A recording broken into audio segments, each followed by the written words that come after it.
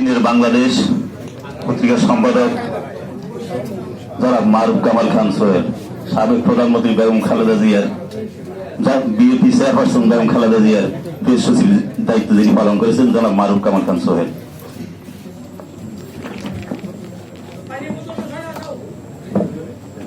বিসমিল্লাহির রহমানির রহিম। আজকের এই আলোচনা সভার সভাপতি, আজকের সভার প্রধান অতিথি, বাংলাদেশ জাতীয়তাবাদী দলের মহাসচিব, নির্যাতিত জননেতা, বর্তমানে সরকারের মন্ত্রী জনাব মির্জা ফখরুল ইসলাম আলমগীর এবং আমার সহকর্মীরা যারা এখানে আছেন তাদের সকলকে ধন্যবাদ দিয়ে আমি শুরু করছি। আমি প্রথমেই ধন্যবাদ জানাই ঢাকার সাংবাদিকদের, যে কর্মরত সাংবাদিকদের ইউনিয়ন, ঢাকা সাংবাদিক ইউনিয়ন এবং সারা দেশে সাংবাদিকদের ইউনিয়নগুলোর যে ফেডারেশন, বাংলাদেশ ফেডারেল সাংবাদিক ইউনিয়ন, এই ইউনিয়ন এবং ফেডারেশনের উদ্যোগে আজকে জুলাই অভ্যুত্থানের দ্বিতীয় বর্ষপূর্তি উদযাপন করা হচ্ছে। এই জন্য আমি তাদেরকে ধন্যবাদ জানাই। এখানে আমাকে অল্প কিছু কথা বলবার সুযোগ দেওয়ার জন্য ধন্যবাদ জানাই এবং আমার কথা যদি আপনারা শোনেন, যারা শুনবেন তাদেরকে আগাম ধন্যবাদ জানাই। আমি এখানে একজন শহীদ জননী আছেন, তার প্রতিও শ্রদ্ধা এবং কৃতজ্ঞতা জানাচ্ছি। আমি প্রথমে যারা জীবন দিয়েছেন আমাদেরকে মুক্ত করবার জন্য, দেশকে মুক্ত করবার জন্য জুলাই মাসে এবং তারও আগে, তাদের সকলের প্রতি গভীর শ্রদ্ধা নিবেদন করছি। যারা আহত হয়েছেন, পঙ্গু হয়েছেন, মানবেতর জীবন যাপন করছেন, তাদের প্রতি শ্রদ্ধা জানাচ্ছি। তারা দ্রুত সেরে উঠুন, স্বাভাবিক জীবনে ফিরে আসুন, সেই প্রার্থনা করছি।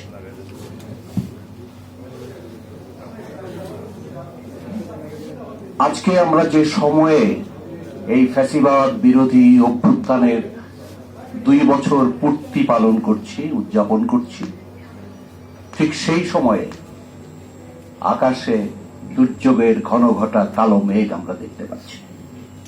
আপনারা জানেন, আমরা সকলেই জানি যে জনগণের আন্দোলনের মুখে যে ফ্যাসিবাদ ক্ষমতাচ্যুত হয়ে প্রতিবেশী একটি রাষ্ট্রে আশ্রয় নিয়েছিল কদিন আগে, এই 2-4 দিন আগেই সেই রাষ্ট্রের পক্ষ থেকে ঘোষণা করা হয়েছে, সারা বিশ্বকে জানানো হয়েছে, সেখানে আশ্রয় গ্রহণকারী শীর্ষ ফ্যাসিবাদীকে কোনো রাজনৈতিক তৎপরতা চালাবার সুযোগ দেওয়া হবে না। আমরা আনন্দিত হয়েছিলাম, আমরা আশা করেছি যে তারা তাদের এই অঙ্গীকার, এই কমিটমেন্ট, এই প্রতিশ্রুতি তারা রক্ষা করবে। কিন্তু বেদনার সঙ্গে বলতে বাধ্য হচ্ছি, 5ই আগস্ট, যেটাকে আমরা 26শে জুলাই আন্দোলনকারীরা নাম দিয়েছিলেন, তারা বলে 34শে জুলাই, তারা বলেছিলেন, তারা অঙ্গীকার করেছিলেন যে জুলাই মাসের মধ্যেই এই ফ্যাসিবাদের পতন ঘটাবেন এবং যতদিন পতন না ঘটে ততদিন পর্যন্ত এই জুলাই প্রলম্বিত হতে থাকবে। তো 36শে জুলাই ফ্যাসিবাদের পতন এবং পলায়ন সংগঠিত হয়েছিল। ঠিক সেই দিনটি ভারতে সেখানকার যে বৈদেশিক সংবাদদাতাদের যে ক্লাব আছে, সমিতি আছে, তারা একটা সভার আয়োজন করেছে। এটা মনে হয় যেন আওয়ামী লীগের জনসভা। সেখানে শেখ হাসিনা বক্তব্য রাখবেন, তার পুত্র বক্তব্য রাখবেন, আরো অনেকে বক্তব্য রাখার সুযোগ দিয়েছেন, তারা আমন্ত্রণ করেছে। এটা খুবই বড় ধরনের অশনি সংকেত। তারা কদিন আগে বললেন যে এখানে রাজনীতি করবার কোনো সুযোগ ফ্যাসিবাদীদের দেওয়া হবে না। 2-4 দিনের মাথায় তারা সে অঙ্গীকার ভঙ্গ করে আজকে সেই পতিত পলায়নপর ফ্যাসিবাদকে তারা পুনর্বাসিত করবার জন্য তাদের ঔদ্ধত্যপূর্ণ কণ্ঠস্বরকে সারা দুনিয়ায় ছড়িয়ে দেওয়ার যে সুযোগ তারা দিচ্ছেন, আমি এর নিন্দা জানাই। আমি বাংলাদেশ সরকারের প্রধানমন্ত্রী তারেক রহমান, তাকে আমন্ত্রণ জানানো হয়েছে ভারতে কদিনের মধ্যে একটি অনুষ্ঠানে অংশগ্রহণ করবার জন্য। আমি আজকের এই সভা থেকে প্রধানমন্ত্রীর উদ্দেশ্যে আহ্বান জানাবো, ভারতের কাছ থেকে পরিপূর্ণ অঙ্গীকার আদায়ের চেষ্টা করবেন। ভারতে যদি শেখ হাসিনাকে এই ধরনের তৎপরতা চালানো থেকে বিরত না করে, তাহলে ভারতের মাটিতে কোনো অনুষ্ঠানে বাংলাদেশের প্রধানমন্ত্রী যেন যোগদান না করেন। আমি আজকের এই অনুষ্ঠান থেকে তার প্রতি এই আহ্বান জানাবো। এই অঙ্গীকার নিতে হবে। একটি প্রতিবেশী রাষ্ট্রে বসে আরেকটি প্রতিবেশী রাষ্ট্রের বিরুদ্ধে প্রকাশ্যে গোপনে চক্রান্ত চালানো হবে, এটা মেনে নেওয়া যায় না। এটা আন্তর্জাতিক আইনের লঙ্ঘন এবং এটা সৎ প্রতিবেশী সুলভ যে কালচার, যে ঐতিহ্য, যে সংস্কৃতি, তার বিরোধিতা করা, তা লঙ্ঘন করা, তা ভঙ্গ করা। এর বিরুদ্ধে আমাদের পররাষ্ট্র মন্ত্রণালয়কে স্পষ্ট বক্তব্য আমরা পররাষ্ট্র মন্ত্রণালয়ের কাছ থেকে আশা করি। আজকে আমি খুব আনন্দিত হয়েছি এই কারণে যে এখানে যারা দীর্ঘদিন আন্দোলন করেছেন, ফ্যাসিবাদকে বিতাড়িত করবার জন্য আন্দোলন করেছেন, লড়াই করেছেন, নির্যাতিত হয়েছেন, কষ্ট সহ্য করেছেন, পঙ্গু হয়েছেন, সেই আন্দোলনকারীদের যে সাংবাদিকদের যে অংশ তারা এখানে উপস্থিত আছেন এবং তাদের মধ্যে আমাদের মধ্যে যে সহমর্মিতা, যে পরস্পরের প্রতি যে দরদ এবং যে দাবিতে উচ্চকিত হওয়া দেখেছে, এটা আমাকে আশাবাদী করেছে। আমি নিজে রাষ্ট্র, সরকার, রাজনীতির কাছ থেকে কোনো কিছু প্রত্যাশা করি না, ব্যক্তিগতভাবে করি না, জাতিগতভাবে প্রত্যাশা করি যে রাষ্ট্র, সরকার তারা জাতির জন্য, দেশের জন্য কাজ করবে। ব্যক্তিগতভাবে কোনো প্রত্যাশা নেই। এবং আমি মনে করি কোনো সাংবাদিকেরই রাষ্ট্রের কাছ থেকে ব্যক্তিগত কোনো প্রত্যাশা নাই, নীতিগত প্রত্যাশা আছে যে রাষ্ট্র কতগুলো পদক্ষেপ নেবে, কতগুলো নীতি নির্ধারণ করে দেবে, যার ভিত্তিতে সমস্ত ইনজাস্টিসের অবসান ঘটবে এবং যার যা প্রাপ্য সেই প্রাপ্য এবং মর্যাদা তারা পাবেন। আজকের এখানকার যিনি প্রধান অতিথি, তিনি সরকারের খুবই দ্বিতীয় গুরুত্বপূর্ণ ব্যক্তি। আমি তার কাছে অনুরোধ করব যে আপনারা এমন নীতি নির্ধারণ করেন, এমন পদক্ষেপ গ্রহণ করেন যাতে কোনো ধরনের বৈষম্য না থাকে, যাতে কোনো ধরনের ইনজাস্টিস না থাকে, যাতে যার যা প্রাপ্য সেই প্রাপ্য সুযোগ সুবিধা যেটা দেওয়া দরকার। রাষ্ট্রের মধ্যে তো সকলকে চাকরি দেওয়া সম্ভব না, রাষ্ট্রীয় বিভিন্ন পদ পদবিতে সকলকে বসানো এটাও সম্ভব না। সাংবাদিকরা, আমি মনে করি সাংবাদিকরা সাংবাদিকই থাকতে চান, তারা তাদের পেশাতেই থাকতে চান এবং সাংবাদিকরা যাতে তাদের পেশায় থাকতে পারে তার জন্য এর আগে একটা দাবি উঠেছে, আমি বোধহয় প্রথম তুলেছিলাম, যে এই যে প্রেস ট্রাস্ট, এটা বন্ধ হয়ে গেছে। এটা বেআইনি ভাবে ট্রাস্ট ভাঙা যায় না। প্রতিহিংসাবশত শেখ হাসিনা প্রেস ট্রাস্ট ভেঙে দিয়েছিলেন। সেই প্রেস ট্রাস্টকে আবার পুনরুজ্জীবিত করা হোক এবং প্রেস ট্রাস্টের অন্তর্ভুক্ত যে 4টি সংবাদপত্র ছিল সেই সংবাদপত্রগুলো প্রকাশ করা হোক এবং সেখানে যাতে আমাদের অনেক বেকার সাংবাদিক যারা আছেন তারা যাতে কর্মসংস্থানের সুযোগ পান এবং নতুন রিক্রুটমেন্ট বন্ধ হয়ে গেছে আমাদের পেশায়, সেই নতুন রিক্রুটমেন্টের যাতে সুযোগ সৃষ্টি হয়। এটা করা গেলেও কিন্তু আমাদের অনেকখানি সমস্যার সমাধান হবে। বাংলাদেশ সংবাদ সংস্থা আছে, একমাত্র সরকারি প্রতিষ্ঠান, সেই প্রতিষ্ঠানেও কিন্তু এখনো অনেকটা বৈষম্য রয়ে গেছে। সেখানে আমাদের লোক সংখ্যা অত্যন্ত কম, সত্যিকারের সাংবাদিক সংখ্যা অনেক কম। তাদেরকে আপনারা সেখানে যাতে আমাদের সাংবাদিকরা কর্মসংস্থানের সুযোগ হয় সেটা আপনারা চেষ্টা করবেন, এই অনুরোধ আমি আজকের সভার প্রধান অতিথির কাছে রাখছি। আরেকটা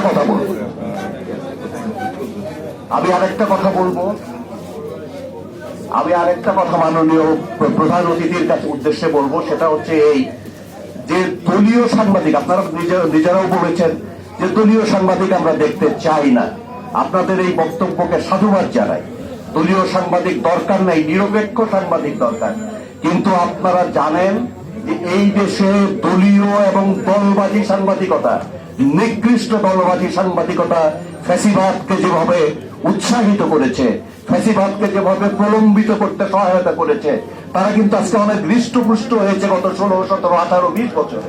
ফলে তাদের প্রতিষ্ঠানগুলো, সাংবাদিকতার প্রতিষ্ঠানগুলো অনেক বেশি সচল, অনেক বেশি হৃষ্টপুষ্ট হয়েছে।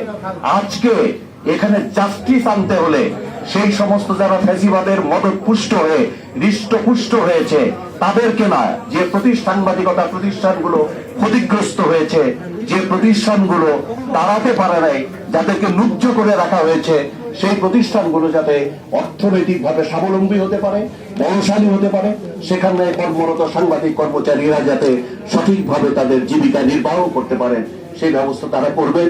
এটা কোনো ডিসক্রিমিনেশন না, যে ডিসক্রিমিনেশন, যে বৈষম্য 16, 17, 18, 20 বছরে হয়েছে, সেই বৈষম্যকে দূর করতে হবে, সেই ক্ষতচিহ্ন মুছে দিতে হবে। মাননীয় প্রধান অতিথি, আপনার মাধ্যমে আমি আমার এই অনুরোধ রাখলাম, আপনি নিশ্চয়ই সরকারের কাছে এই বিষয়টা তুলে ধরবেন, যাতে আমাদের প্রতিষ্ঠানগুলো শক্তিশালী হতে পারে, আমাদের সাংবাদিকরা স্বাবলম্বী হতে পারে। আজকে আমি ওই যে একটু আগে বললাম যে রাষ্ট্র সরকারের কাছে আমার কোনো ব্যক্তিগত প্রত্যাশা নাই, আমার প্রত্যাশা এই কমিউনিটির কাছে, সাংবাদিকদের কাছে, সাংবাদিকদের বিভিন্ন প্রতিষ্ঠানের কাছে। আজকে আমি আনন্দিত যে অনেকেই এখানে আজকে যে সহমর্মিতা এখানে প্রকাশিত হয়েছে, তার জন্য আমি আনন্দিত। কিন্তু একটা বেদনার কথা, একটু তিক্ত কথা, সেটাও আমি আজকে বলতে চাই। আমি কিন্তু একজন পেশাদার সাংবাদিক, জীবন ধারণের জন্য সাংবাদিকতা ছাড়া, লেখালেখি ছাড়া অন্য কোনো কিছু আজ পর্যন্ত শিখিনি। আমি সবসময় বরাবরই, যতদিন সাংবাদিক ইউনিয়নের সদস্য হয়েছি, আমি সাংবাদিক ইউনিয়নের সদস্য ছিলাম, আছি, এবং প্রেস ক্লাবেরও, জাতীয় প্রেস ক্লাবেরও সদস্য ছিলাম। কিন্তু আমার মতো একজন লোক, আমি তো কোনো রাজনৈতিক দলের নেতা বা কর্মী ছিলাম না, আমি সবসময় সাংবাদিক ইউনিয়নের সদস্য ছিলাম। কিন্তু আমার বিরুদ্ধে যখন 1.5 শতাধিক মিথ্যা মামলা দায়ের করা হয়েছে, যখন আমাকে ফেরারি আসামির মতো ঘুরে বেড়াতে হয়েছে, সেই সময়ে যে প্রত্যাশা আমার ছিল যে সাংবাদিকদের, তখনকার নেতৃবৃন্দ যে প্রতিষ্ঠানগুলোর কাছে যে প্রত্যাশা ছিল, অন্ততপক্ষে প্রতিবাদটা তারা করবেন সংঘবদ্ধভাবে। প্রেস ক্লাবের তখন তদানীন্তন নেতৃবৃন্দের কাছে একজন পেশাজীবী হিসেবে প্রত্যাশা আমারও ছিল যে তারা প্রতিবাদটা অন্তত করবেন।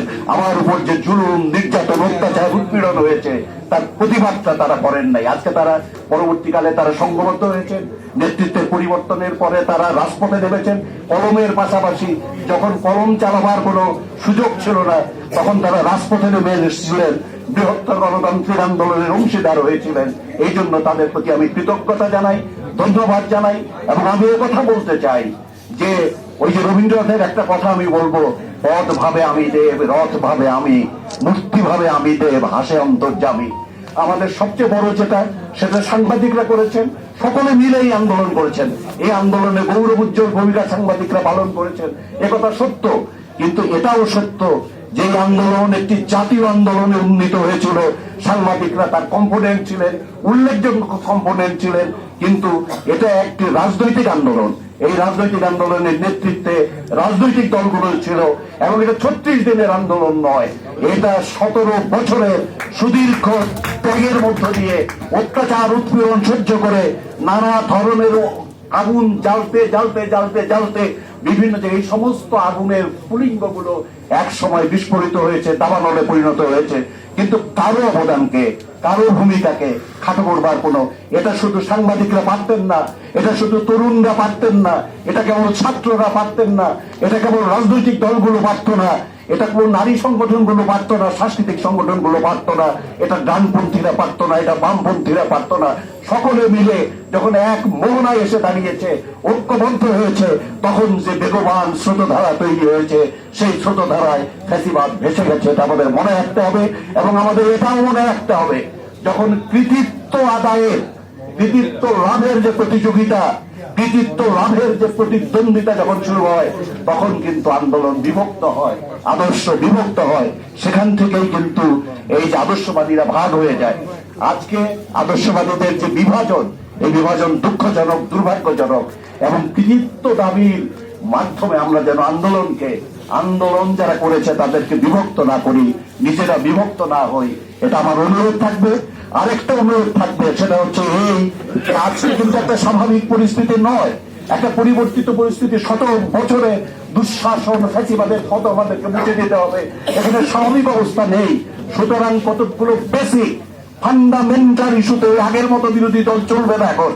এখন ঐক্যবদ্ধ থাকতে হবে কতগুলো জাতীয় ইস্যুতে। সমস্ত বিরোধী দল, সরকারি দল এখানে ঐক্যবদ্ধ থাকতে হবে। আমরা যদি মনে করি যে আমাদের বিরোধী দলের চরিত্র একটা সুস্থ স্বাভাবিক অবস্থায় যেমন থাকে তেমন করা যাবে না, কেননা এখনো কিন্তু ফ্যাসিবাদের থাবা, সম্প্রসারণের থাবা চারদিক থেকে বিস্তৃত। সুতরাং ঐক্যবদ্ধ থাকতে হবে। শোভন, গণতন্ত্র হচ্ছে শোভন, সুন্দর রাজনীতি, মেধার রাজনীতি, মেধার প্রতিযোগিতা, মেধার চর্চা, শোভনীয়তার চর্চা, উন্নত সংস্কৃতির চর্চা, সেটা অনুশীলন করতে হবে। ওই শেখ হাসিনার নিকৃষ্ট ভাষা, শেখ হাসিনার যে সে জঘন্য কালচার, এটার থেকে আমাদেরকে বেরিয়ে এসে শোভন, সুন্দর, ভালোবাসার রাজনীতি, সহযোগিতা, সহমর্মীর রাখার রাজনীতি, বিরোধিতা থাকবে সেটা শোভনীয়তার মধ্যে, সেটা আপনারা ফিরিয়ে আনবেন সকলে মিলে। এই প্রত্যাশা ব্যক্ত করে আপনাদের সকলকে ধন্যবাদ এবং অভিনন্দন জানিয়ে আমার কথা এখানেই শেষ করছি। আল্লাহ হাফেজ। বাংলাদেশ জিন্দাবাদ, সাংবাদিক ঐক্য জিন্দাবাদ।